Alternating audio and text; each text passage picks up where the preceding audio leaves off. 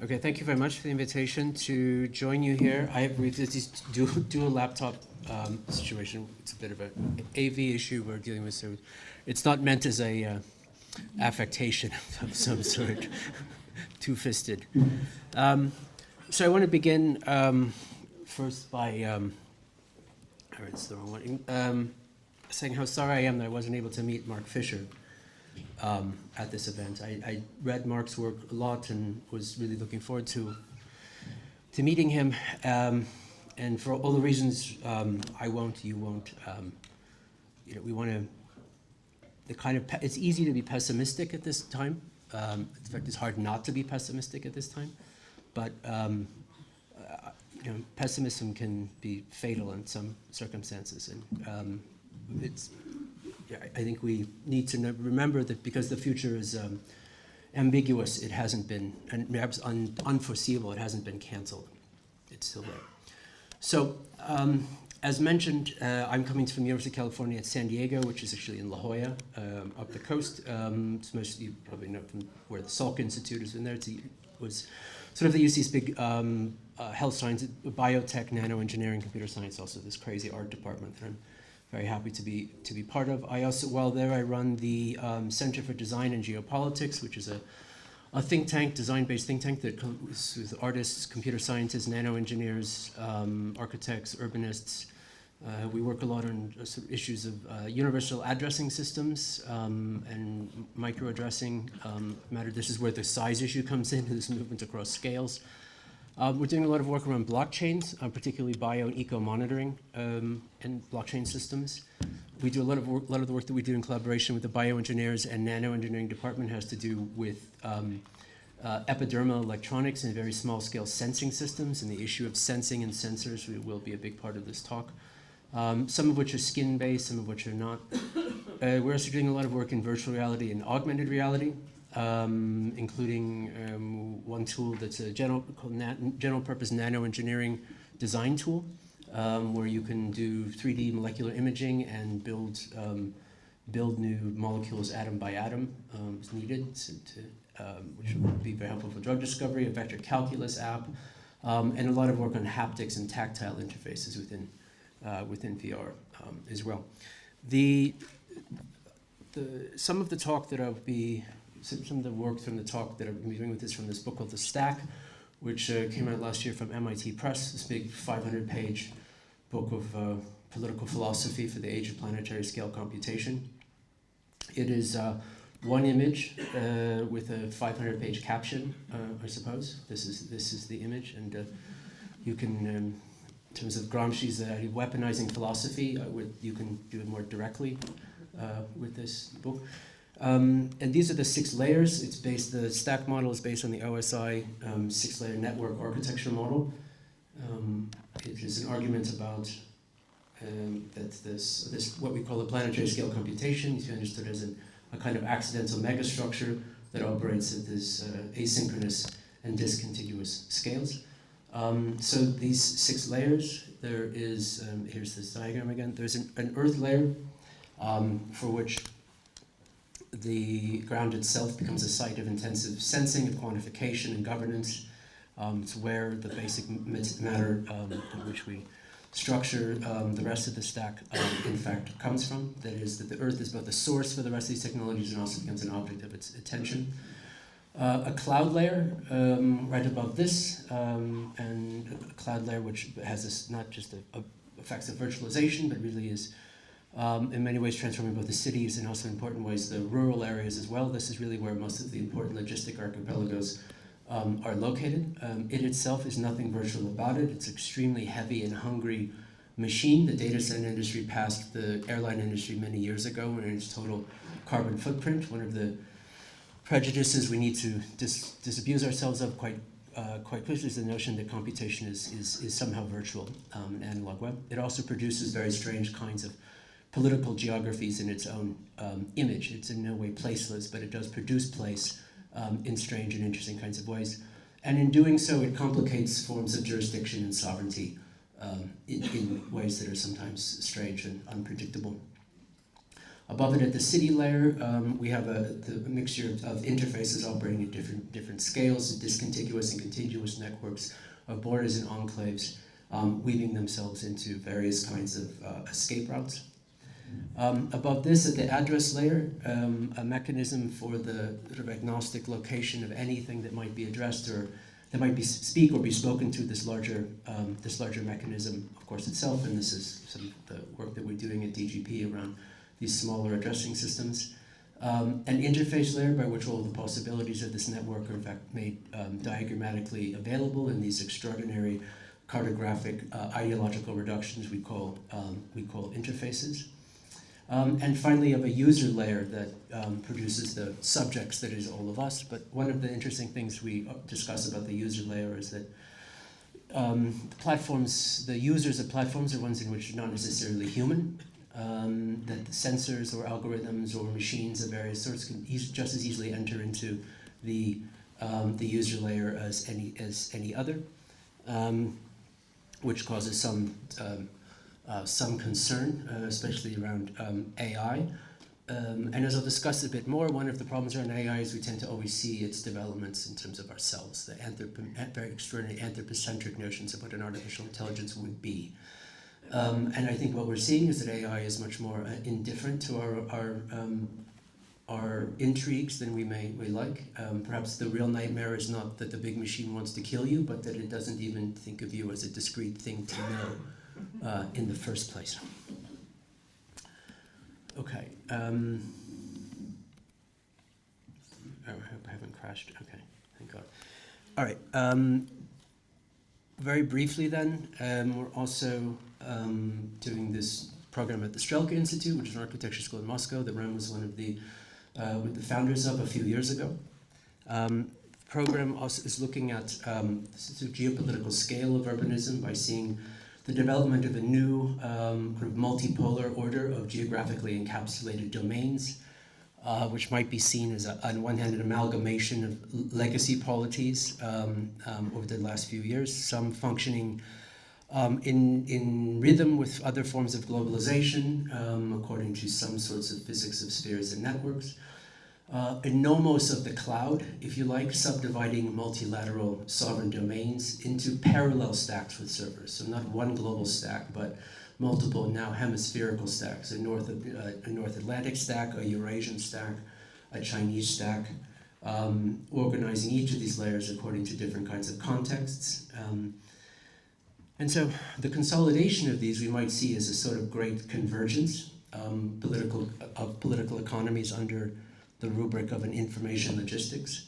And if so, this holds both light and dark potentials, including a resegmentation of political geographies that globalization had previously perhaps over homogenized, which may force certain kinds of diversifications and speciations of software and hardware, and again, what we might call hemispherical stacks, in which the sort of Galapagos effects of software may take on again. Now, some of the strange implications of this may also be that the evolutions of the AI that may exist in each of these stacks are actually bound, to the extent that they're bound to the data that they can sense. They're also bound to the locations in which they are born, behind those borders, which become essentially the kind of external membrane of their own morphogenetic diversity. We are taking the sort of what Paul Romer calls a charter city, the sort of charter city models, and extending this to the notion of charter stacks, which we propose as a kind of fungible platform, not as fixed master plans. Now, and as described in the book, stacks are systems that are neither reducible to neither states or markets, but have their own kind of economies and aesthetics that allow them to work as they do. And so as urbanism variously sprints and meanders towards platform economics, these aesthetics take on more gravity. And to design with them or against them, for them, is never straightforward. It solicits gestures of revelation and secrecy and hiding and revealing. And it involves both stating things plainly and telling winding stories, a kind of hardcore cultural realism based on hiding in plain sight. So, to jump right in, it's actually not the work of a DGP or even the stack that I really wanted to sort of talk about, but rather some newer work that deals with some of our more specific and contemporary issues around artificial intelligence. We want to understand how it is that, just sort of start with how it is that intelligence may be thought of as an emergent property of matter that might take multiple of different forms. Take computation as something that we discovered more than we invented, and to understand the sort of diversity that this may provide to us. So, we start then with this fellow, Alan Turing, who, if anyone should be on the £1 note, it is probably him. You're familiar with his imitation, his essay from 1950, in which, based on the parlor game, the imitation game, he proposed what's now colloquially known as the Turing Test, which has had, in many ways, both positive and negatively, extraordinarily deep foundation for how we think about AI. So in Turing's essay, he talks about if you have this game in which you put on the old game, you put a man and a woman in the room, and if the third person couldn't tell by asking as many questions as they wanted which one was a man or a woman,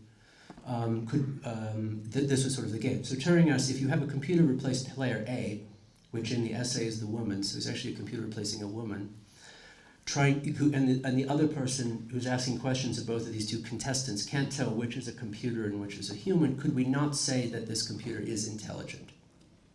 The Turing test. Yeah? So Turing introduces this essentially as a sufficient condition of intelligence. Like, if this could happen, is this not sufficient to be intelligence? It's taken, however, and has evolved into essentially a necessary condition of intelligence. That is, unless the AI can perform thinking that is analogous to how we think that we think, then it is not intelligent. And so this sort of original sin of an anthropocentric AI continues in ways that bedevil us. Now, as we know, Turing himself also had to pass, in his case as a straight man in a society that criminalized homosexuality. And upon discovery that he was not what he seemed to be, he was forced to go these horrific medical treatments that ultimately were, the pain of which was ultimately too great to bear. The episode was a grotesque tribute to the recent contributions of someone who had recently helped, crucial to defeating Hitler's military, which this, of course, still being a state secret. And though he was given a posthumous pardon, there's tens of thousands of other British men sentenced under the same laws who have not. And so one can't help but notice a kind of a sour correspondence between asking an AI to pass the test in order to qualify as intelligence, to pass as human intelligence, and Turing's own need to hide his homosexuality and to pass as a straight man. The demands of both bluffs are unnecessary and profoundly unfair. And as for all forms of passing, the performance's success or failure really tells us much more about the audience than it does about the performer. It's better to examine, I think, how identification works from our side of the conversation. It's clearly easier to make a robot that a human believes to have emotions, and for which in turn a human may have emotions, positive or negative, than it is to make a robot that actually has emotions. The human may feel love or hate or comfort from the AI, but he or she is reading cues, not detecting feelings. So what seems like empathy is really more a one-way projection, mistaken for recognition, like the Turing test itself, and not based on any mutual solidarity. So again, if we will the wish to define the existence of AI in relation to its ability to mimic how humans think. This may in fact be looked back upon in some years as a strange and dire form of speciesism. And it also led the legacy of AI since the 1950s down all kinds of disappointingly fruitless paths. And part of the reason that AI has largely been successful, deep learning models and so forth in the recent years, is because it's worked with very different models, which are much more bottom-up, much more based on embodiment and how it is that a system senses the world and is able to act heuristically upon that world rather than these anthropomorphic models. So should AI arrive in kind of complex and general form, it will not be human-like unless we insist that it pretend to be so, because one assumes the idea that intelligence can be both real and inhuman at the same time is both morally and psychologically intolerable. So instead of nurturing this bigotry, we'd do better to allow that in our universe, thinking is a much more diverse and even alien than our own particular case. The real philosophical lessons of AI will have less to do with humans teaching machines how to think than with machines teaching humans a fuller and wider range of what thinking is and can be. So, shifting this inquiry then up to the urban scale, and again, this is the way I'm going to deal with size as a matter of scale. What we take to be artificially mediated surfaces include things that are analogous to skin and are also analogous to what we might think of colloquially as machine vision. Now, vision has evolved many times in evolutionary history, and arguably in the past 2 decades it's evolved again. This time, not for cuttlefish or rattlesnakes, but for network CCTV sensors and algorithmic apparatuses and armatures, processing what is sensed into differentiated and motivated cognition. In the varied history of the multiple and independent evolutionary careers of vision, various photoreceptor cells found across the phyla have evolved from different chemoreceptors, and most likely did so well in advance of any kind of brain-like information processing organs. Photosynthesis, of course, is a chemical response to light, and so we could say, in the broader sense, that it too could be considered as a kind of vision without images.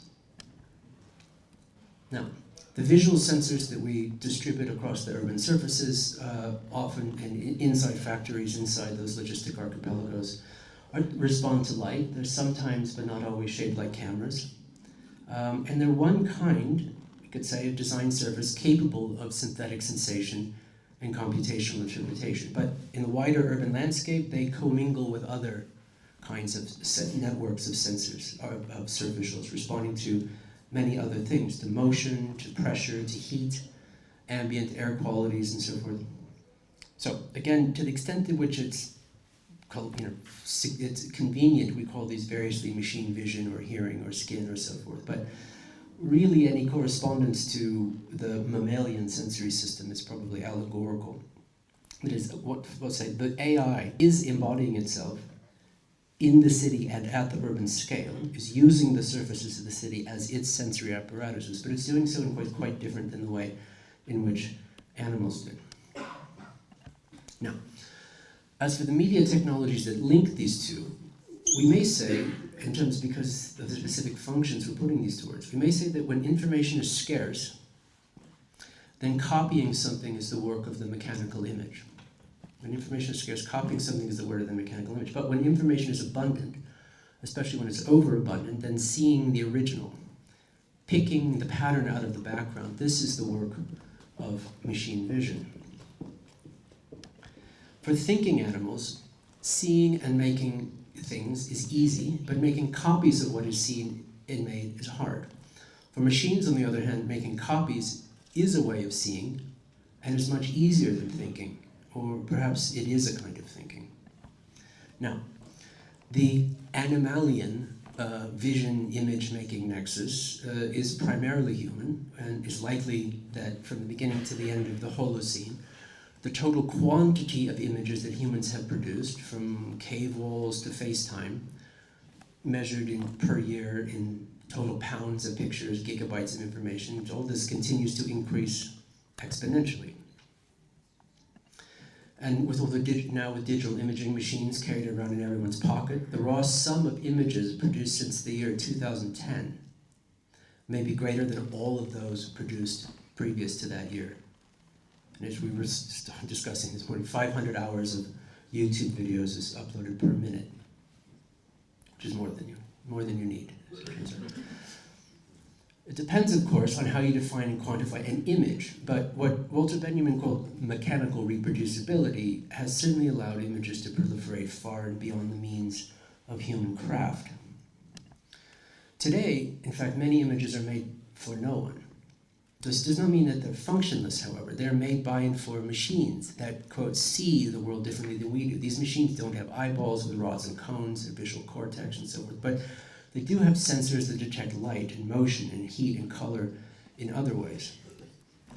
And today, at the industrial scale processing of data that has been gleaned from all the scanning of the light spectrum in some way, from urban scale street surveillance to millimeter scale quality control along assembly lines, All this represents a significant fraction of all the work that the world does to image itself for the purposes of governing human society. So at the end of the day, the machinic phylum takes more selfies than selves do. Now, the function of representation in all of this is rather different than we are used to. The image, quote unquote, likely remains data, and it's never rendered to look like a picture because there's no need. The algorithm programmed to discern a particular pattern or anomaly can see it directly in the data itself. It does not necessarily need for the data to be projected as if for a mammal, and then reseen and reinterpreted back into code. Like the algorithmic scanning and sorting of any other large data set, the fact that the original source was and is visual is not so critical. So, like plants, do machines also possess a kind of vision without images? Or at least a kind of image that suggests a very different form of abstraction to and from its corporeal existence, or an abstraction that is based in chemical or informational pattern finding as its own kind of cartographic simulation of its own experience, its own trying to feeling about for friend, food, or foe. Now, perhaps surprising, perhaps not at all actually, the function of machinic images today, with these forms of machine vision, and for their abstractions that they produce, both animal and algorithmic, is oftentimes to determine the veracity or originality of what those images represent. So for example, some of the shapes printed in a dollar bill are there for humans to differentiate the value of one token from another, but far more are actually machines of counterfeit detection that verify that this is a real dollar. The piece of paper, in other words, is full of machines that happen to look like pictures. It's an image as machine. Or surveillance scan of a city may pick out one face from thousands, looking for the one true target. Elsewhere, we put tiny camera probes into great paintings so as to verify that they're the originals, as often required by insurance companies backing large purchases. Online CAPTCHA software, in a kind of quick inversion of the Turing Test, analyzes how the user determines an image and determines thereby if they are in fact a real person. So we might conclude that Benjamin's assurances that mechanical reproduction would undermine the aura of the original is true when, for example, we compare a painting with a postcard of a painting. But machine vision and these images as machines are put to work now to ensure auratic originals, verified non-fakes, true identities, unbroken versions, normal targets, certified real deals.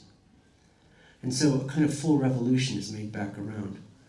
As the image is more fully technologized, as it becomes itself a machine, Benjamin's historical arc from pre-mechanical original to mechanical copy is incomplete without another curve, leading back to machinic authentic, perhaps.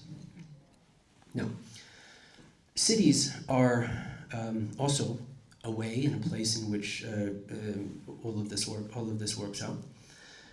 And the machinic visual subject, as we might call it, is not something in this context, not something that necessarily possesses a human or human-like perceptual and aesthetic capacities, and yet there they are. It's rather something that's interesting precisely because it does not possess those things, and yet it can see us and recognize us and know us regardless. And so there's a question of how the world looks as a screen that media studies looks at. And there's another, I think, that's actually more important, perhaps, is how we look as objects of perception from the position of the machines with which we co-occupy the world. So seeing ourselves through the eyes of the machinic other, who does not and cannot have an affective sense of aesthetics in any normal way, is a kind of disenchantment. We are just stuff in the world for distributed machine cognition to look at and make sense of. Our own sapience is real and unique, but we, as things to observe who that just happen to be sapient, that doesn't necessarily matter to machine vision. This disenchantment, I think, is more profound than just hearing the recorded sound of your own voice. That's not me, it can't possibly be me. It's potentially the clearing way of a closely guarded illusion, the uncomfortable recognition in the machine's mirror of a kind of reverse uncanny valley. Instead of being creeped out at how slightly inhuman the creature in the image appears, we're creeped out about how unhuman we ourselves look through the creature's eyes. Okay, I'm going to then skip to the end. These are pictures about which I was going to say wonderful things. And someday I will. Next time. Because I wanted, since I can't not speak to the day in some way, so one moment. Okay. This may be the title of my next book, by the way. Okay, all of this I think pushes, it pushes people in some rather strange directions. And we hear the pushback to all of this in bizarre kinds of ways.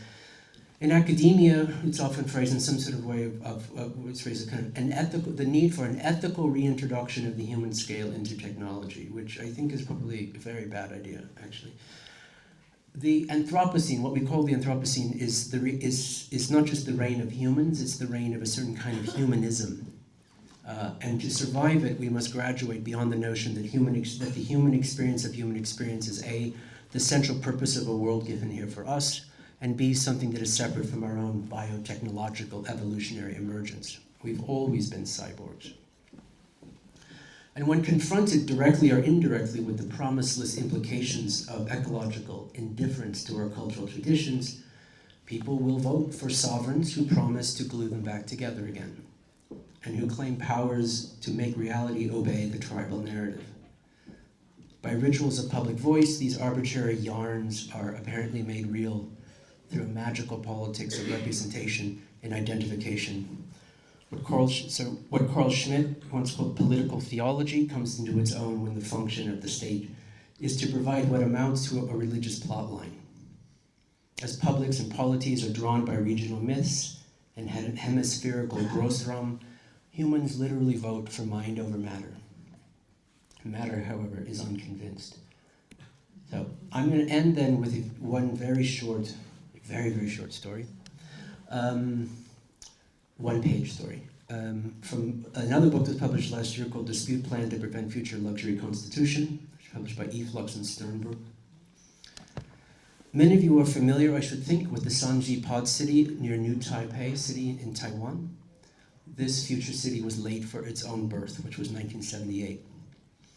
Originally planned as a vacation resort for US soldiers, the project was doomed by a series of mysterious car accidents and abandoned in 1980. The future lasted only 2 years. However, when demolition began in 2008, it was discovered that not one but 5 species of orchid mantis, as yet unknown to science, had overtaken the ruins and multiplied to a population of an estimated 10 million insect inhabitants, above ground, underground, inside the structures, in between them. No one knows how or why. Etymologists observed that the unintended orchid mantis civilization had developed an incredibly complex division of labor, not only within the same species, but between different species as well. These include systems for food capture, nest construction, stigmergic communication between individuals and groups that had never been observed anywhere before. The appearance of the mantis had coincided as well with the proliferation of a new subspecies of orchid flowers, which the insects resemble and from which they get their name.